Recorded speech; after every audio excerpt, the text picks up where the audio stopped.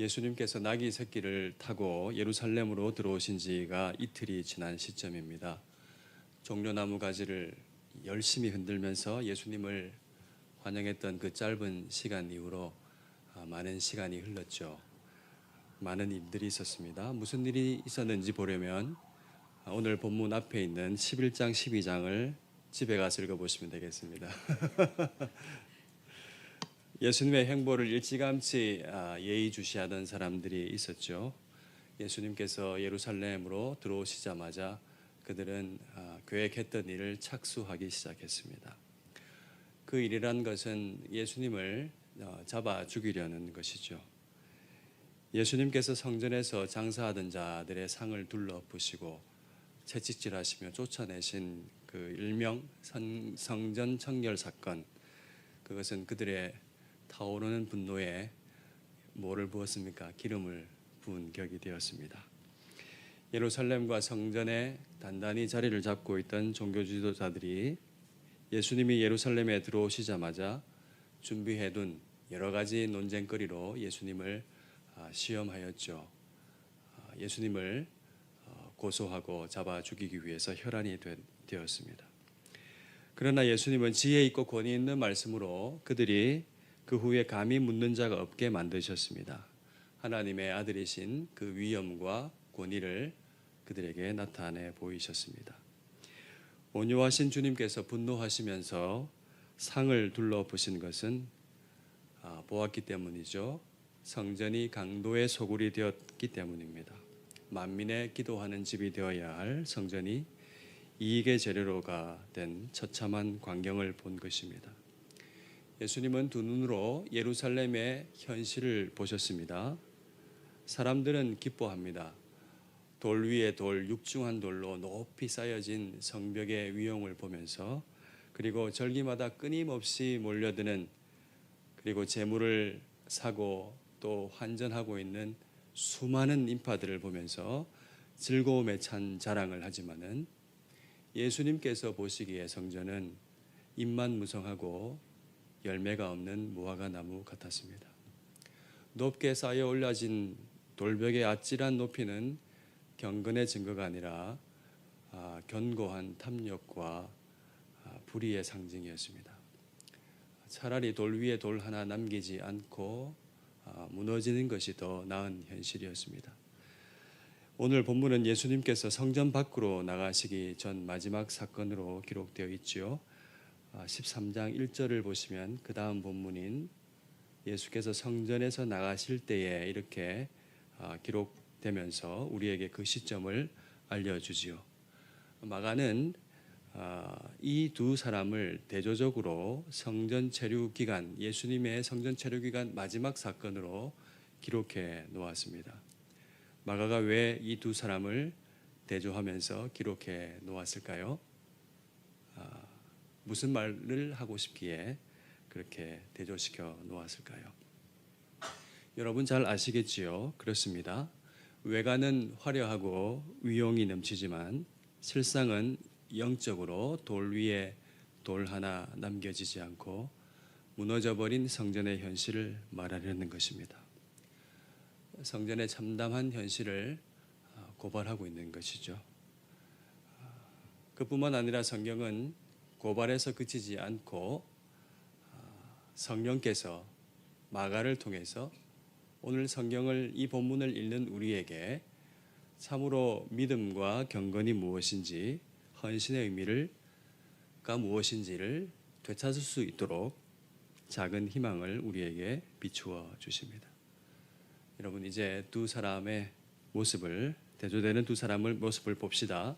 서기관은 어떤 사람입니까? 한마디로 선생입니다.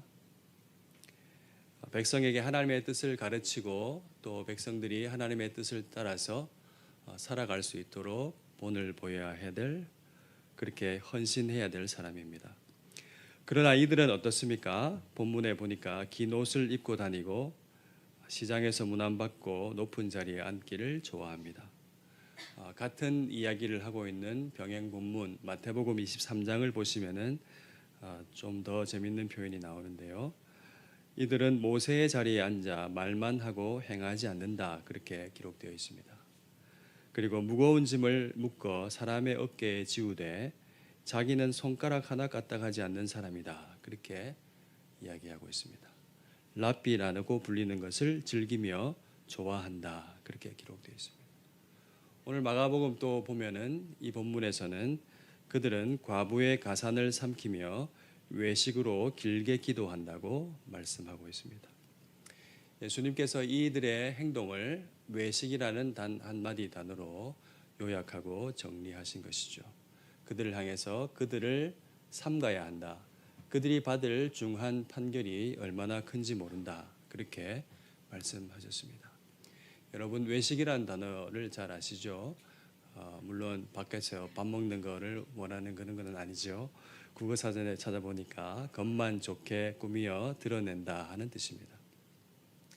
그들이 하나님 앞에서 중한 판결을 피할 수 없는 이유는 모든 행위를 사람에게 보이고자 하기 때문입니다. 내용은 없이 겉만 좋게 꾸미기 때문이죠. 눈에 보이지 않는 하나님보다 눈에 잘 보이는 두 눈을 뜨고 있는 사람들을 더 크게 의식한 것입니다. 여러분, 신앙생활의 핵심은 무엇이겠습니까? 눈에 보이지 않는 하나님을 의식하는 것입니다. 눈에 보이지 않는 하나님께서 늘 우리와 함께 하심을 생각하고 그 하나님의 임재를 의식하고 살아가는 삶이라고 할 수 있습니다.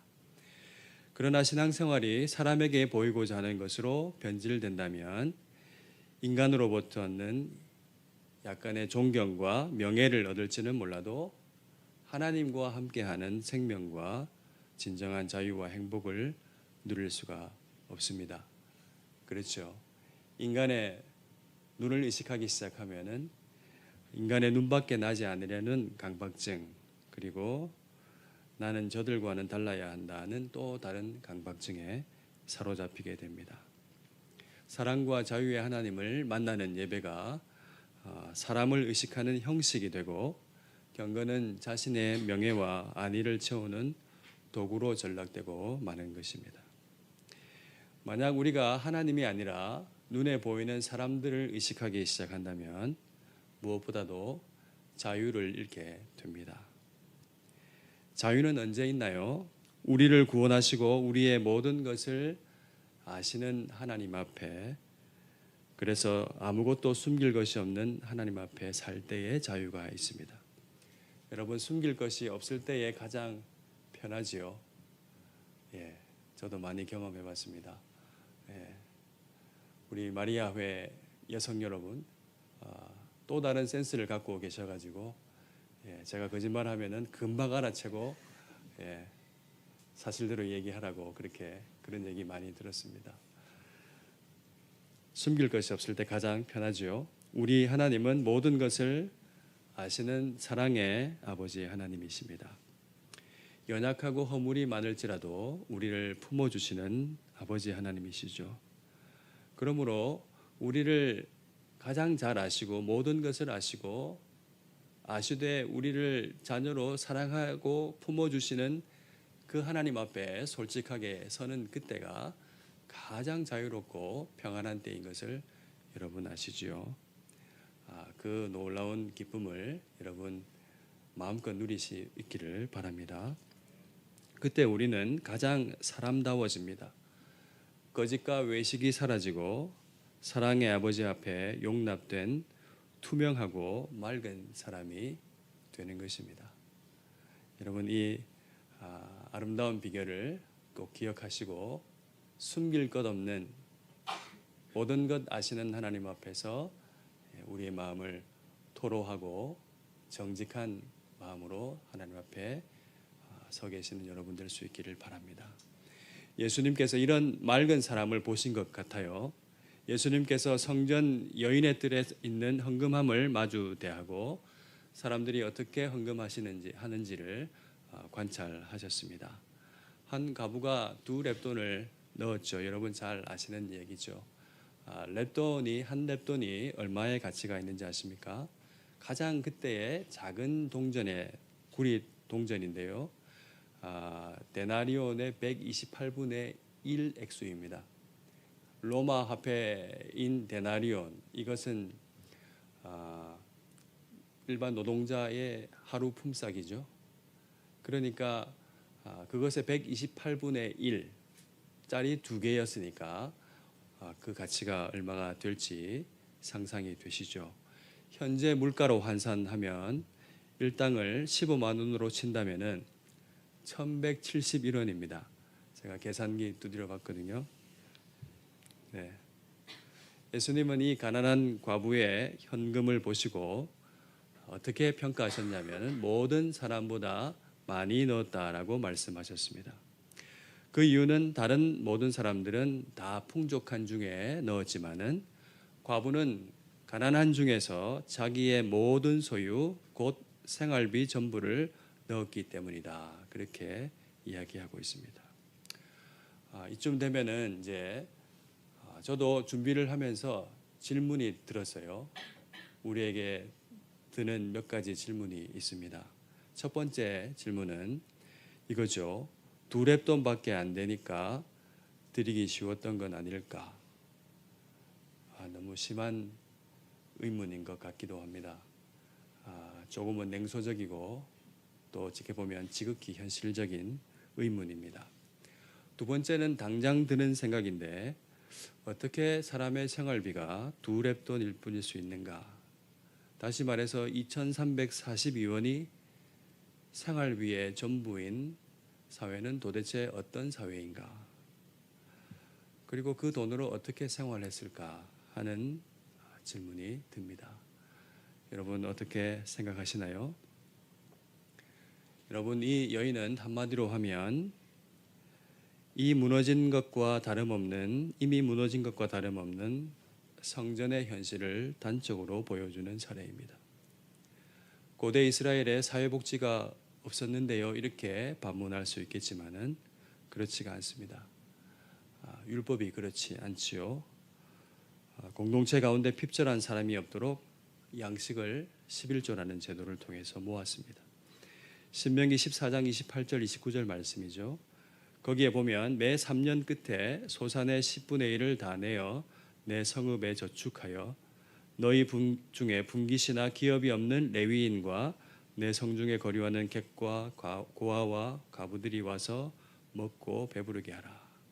그리하면 내 하나님 여호와께서 내 손으로 하는 범사에 내게 복을 주시리라. 여러분 짐작이 되시죠? 예수님은 이들을 향해서 이렇게 말씀하셨습니다. 화 있을진저 외식하는 서기관들과 바리새인들이여, 너희가 박하와 회향과 근처의 11조는 들이되 율법에 더 중한 바 정의와 긍휼과 믿음은 버렸도다. 이렇게 책망하셨습니다. 무슨 일이 있었죠? 바리새인들이 사람의 눈을 의식하면서 밭에 나와 있는 부성기 하나하나 헤아리면서 그것의 10분의 1을 철저하게 바치고 있지만 보이지 않는 뒤편에서는 과부의 가산을 삼키고 있다는 거죠. 11조의 본질인 믿음과 정의와 긍휼은 내팽개쳐 버린다는 것입니다. 그렇죠. 하나님의 말씀이 지켜졌다면, 이들이 자신의 직무를 헌신을 다해서 행해왔다면 과부의 생활비 전부가 2렙돈일 수가 없습니다.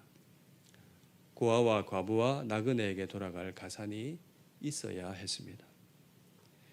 오늘 본문은 서기관의 행위를 과부의 가산을 삼키는 것으로 그렇게 묘사했습니다. 고아와 과부와 나그네에게 돌아갈 가산을 착복하며 자기 영광을 구하느라 이 과부의 전 생활비가 2렙돈에 불과했다는 것이라 볼 수가 있습니다. 여러분, 이런 판국에 이 여인이 2렙돈을 헌금한 것이라 볼 수 있겠죠. 이 여인은 불의한 현실 속에서 자신의 목숨과 같은 적은 돈을 헌금했습니다. 어떤 상황이죠? 뻔히 가산을 삼킬 것이 뻔한데 그렇게 했습니다. 무슨 뜻으로, 무슨 기대로 했을까요? 다 제대로 안 하고 다 썩어 빠져서 해도 아무런 소용이 없을 텐데, 안 돌아올 게 뻔한데 저들의 주머니로 들어가는 게 뻔한데 나가 불의의 미천이 되는데 그런데 말입니다. 어떻게 그렇게 했을까요? 여러분, 2렙돈 적은 돈이니까 쉽게 넣을 수 있었겠지. 우리가 흔히 했을지도 모르는 이 발빠른 계산과 일종의 빈정거림 속에서 경건과 믿음이 빛을 잃고 있는지 모릅니다. 여인은 하나님만 바라보고 전부를 드린 것입니다. 현실이 어떠하다 할지라도 자신의 모든 것을 드린 것입니다. 하나님께서 성전의 주인으로서 잘못된 것을 바로잡아 주실 것을 실제로 기대하면서 믿음이죠. 사람들이 어떻게 살고 있건 나와 대비되는 저 사람들의 옷이 어떻건 그들이 무엇을 먹고 얼마나 살찌게 잘 살고 있건 상관없이 뭐라고 냉소적으로 말하며 손가락질을 하든 상관없이 시선이 어떻건 상관하지 않고 자신을 그저 하나님 앞에 드린 것입니다. 하나님의 셈법은 다릅니다. 그죠? 세상의 셈은 액수로 평가합니다. 얼마나 많이 드렸는가는 오직 금액의 크기로 계산됩니다. 얼마나 많이 드렸냐 하는 명제 자체는 금액의 크기로밖에 한정될 수밖에 없죠. 이게 사람의 생각, 세상의 셈법입니다. 하지만 하나님의 셈은 다르죠. 하나님은 그 마음의 중심을 보십니다. 여러분, 하나님은 전능하시지요. 모든 것의 주인이십니다. 이제 말할까요? 우리가 드리는 돈이 없어서 하나님은 어떤 일을 못하시지 않습니다. 냉철하게 말해서 하나님은 우리가 드리는 돈이 없어도 됩니다. 그런데 왜 우리에게 헌금하도록 요구하실까요? 여러분 잘 아시죠? 믿음의 표입니다. 모든 쓸 것이 하나님께로부터 왔다는 말미암았다는 이 고백을 하나님께서 듣고 싶은 것입니다. 돈이 나를 있게 하고 돈이 나를 살게 하고 돈이 나를 행복하게 하는 것이 아니라 하나님이 나의 모든 것이 되십니다 라는 이 순전한 마음의 고백을 받기를 원하시는 것이죠. 2렙돈 부유한 자의 신발 닦는 돈도 안 되는 그녀의 생활비 전부를 헌금함에 넣을 때 그녀의 마음은 무엇이었을까요? 그것은 바로 하나님을 사랑하는 마음이요. 비록 적지만 크신 하나님께서 당신의 인애가 실행되는 곳에 적지만 크게 쓰실 것을 믿는 그 마음이었을 것입니다. 비천한 자기에서 시선을 하나님께로 두면서 막막한 현실 속에서도 성전이 회복될 것을 꿈꾼 것은 아닌가, 그렇게 저는 생각을 합니다. 여러분, 하나님을 사랑하는 것, 이웃을 사랑하는 것은 어떤 것일까요? 그것은 모든 재물을 다 바친다고 해도 할 수 없는 일이기도 하고 2렙돈 지극히 작은 것을 가지고도 능히 할 수 있는 것이기도 합니다. 왜 그렇습니까? 하나님이 신비로운 능력의 하나님, 우리의 마음을 보시고 우리의 순전한 헌신을 받으시는 하나님이시기 때문에 그렇습니다. 하나님은 천지를 한마디 말씀으로 만드신 분이며 부족한 것이 없는 분이십니다. 우리가 하나님께 보태주는 돈이 없어서 하나님의 일을 하시지 못하실까요? 그렇지 않지요. 하나님은 그러면 어떻게 일하십니까? 우리의 진실한 마음과 헌신을 통해 일하십니다. 우리의 몸과 마음, 우리의 소유를 어떻게 구별하여 어떻게 드리느냐가 중요한 것입니다. 사람은 외모를 보거니와 나 여호와는 그 중심을 보시느니라. 하나님 말씀 아시죠? 그런데 이때 착각하는 사람이 있어요. 중심을 보니까, 마음만 보시니까 이렇게 마음만 본다고 이렇게 생각하시는 사람이 꼭 있더라고요. 그런데 예수님은 내 보물 있는 그곳에는 내 마음도 있다, 이렇게 말씀하셨습니다. 하나님께서 보시는 마음은 우리 마음이 어디에 더 비중을 두고 있는지까지 보시죠. 그래서 이 마음은 몸과 마음이 분리된 그 마음이 아니고 우리가 쓰고 먹고 입고 벌고 하는 그 모든 것을 포함하는 마음입니다. 예수님께서 말씀하셨습니다. 한 사람이 두 주인을 섬기지 못할 것이니 너희가 하나님과 재물을 겸하여 섬기지 못하느니라. 그렇게 말씀하셨죠. 헌금은 단순히 관대함과 같은 기부의 문제, 돈 문제가 아닌 것을 여러분 아시죠? 아주 믿음에 매우 중요한 문제입니다. 우리가 누구를 섬기고 있느냐 하는 것이 바로 여기에서 드러나게 되는 것입니다. 하나님께서 우리를 예수님의 제자로 부르셨습니다. 하나님께서 가장 기뻐하시는 것은 우리의 진실한 모습 그대로 순전한 마음으로 하나님께 헌신하는 것입니다. 마가가 이 성전 체류의 마지막 이야기로 이 두 사람을 대조시켜 놓고 있는 것은 이 순전한 마음이 그 한 방울의 마음이 없는 예루살렘을 탄식하시고 슬퍼하시는 예수님 마음 때문이죠. 예수님은 과부의 그 동전 2개를 보시고 예루살렘에서 가장 크게 헌금한 사람이라고 일컬어 주셨습니다. 그 돈은 구리로 만들어진 아주 하찮은 2개의 동전이 아니라 예루살렘에서 가장 크고 순전한 마음이요 헌신이었습니다.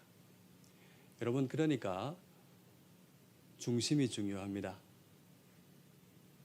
액수는 중요하지 않습니다. 우리가 어디서 말미암았고 어디로 돌아갈 것이며 누구를 행복의 기준으로 삼고 우리의 참된 복이 무엇인지를 믿음으로 헤아리는 그 삶이 우리에게 필요합니다. 저와 여러분 모두가 이 중심의 헌신을 하나님 앞에 드리는 여러분이 될 수 있기를 간절히 소원합니다. 이 가난한 과부가 보았던 순전한 마음과 헌신을 품을 수 있기를 바랍니다. 하나님께 우리의 중심을 순전하게 드립시다. 하나님을 사랑하며 그의 나라가 이루어지기를 소망하며 진실하게 오늘의 삶을 살아가는 성도가 됩시다. 여러분, 이 마리아 회 아름다운 여러분을 통해서 우리 작은 목자들 교회가 순전한 헌신의 공동체가 되기를 진심으로 바랍니다. 마지막 한마디만 하고 마치겠습니다. 척박한 현실 속에서 냉소하지 않고 오히려 믿음의 눈을 들어 하나님을 바라봄으로 회복될 교회의 영광을 꿈꾸며 소망 중에 헌신하는 여러분이 될 수 있기를 진심으로 축원하고 바랍니다. 아멘. 우리 찬송 하나 불러보겠습니다. 그 시선이라는 찬양인데요, 좀 어려울 수도 있는데 가사가 참 좋습니다. 가난하고 비천한 자신이지만은 눈을 들어 주를 보기 시작한 여인의 마음이 믿음이었고 예루살렘에서 가장 큰 경건이었다. 이렇게 딱 적응이 되는 것 같아요. 적용이. 그래서 하나님의 일은 2렙돈에 불과하지만은 자신의 전부를 드린 중심의 헌신을 통해 시작된다. 우리가 같이 하나님 앞에서 다짐하는 마음으로 이 찬양을 불러보겠습니다.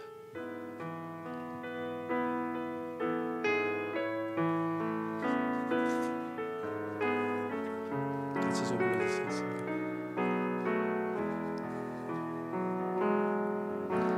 내게로부터 눈을 들어 주를 보기 시작할 때 주의 일을 보겠네. 내 작은 마음 돌이키사 하늘에 꿈꾸게 하네. 주님을 볼 때 모든 시선을 주님께 드리고 살아계신 하나님을 느낄 때 내 삶은 주의 역사가 되고 하나님이 일하기 시작하네. 성령이 나를 변화시켜 성령이 나를 사라질 때 주의 일을 보겠네. 황폐한 땅 한가운데서 주님 마음 알게 되리. 주님을 볼 때 모든 시선을 주님께 드리고 살아계신 하나님을 느낄 때 내 삶은 주의 역사가 되고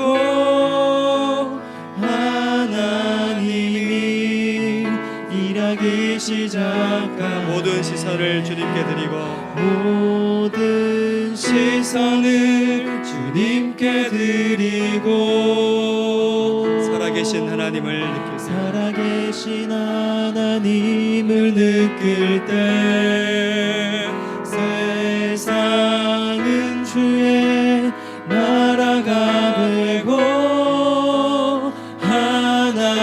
하나님이 일하기 시작하네. 한 번 더 하겠습니다. 모든 시선을 주님께 드리고 시선을 주님께 드리고 살아계신 하나님을 느낄 때 내 삶은 주의 나라가 되고 하나님이 일하기 시작하네. 이 말씀을 기억하면서 함께 기도하면 좋겠습니다.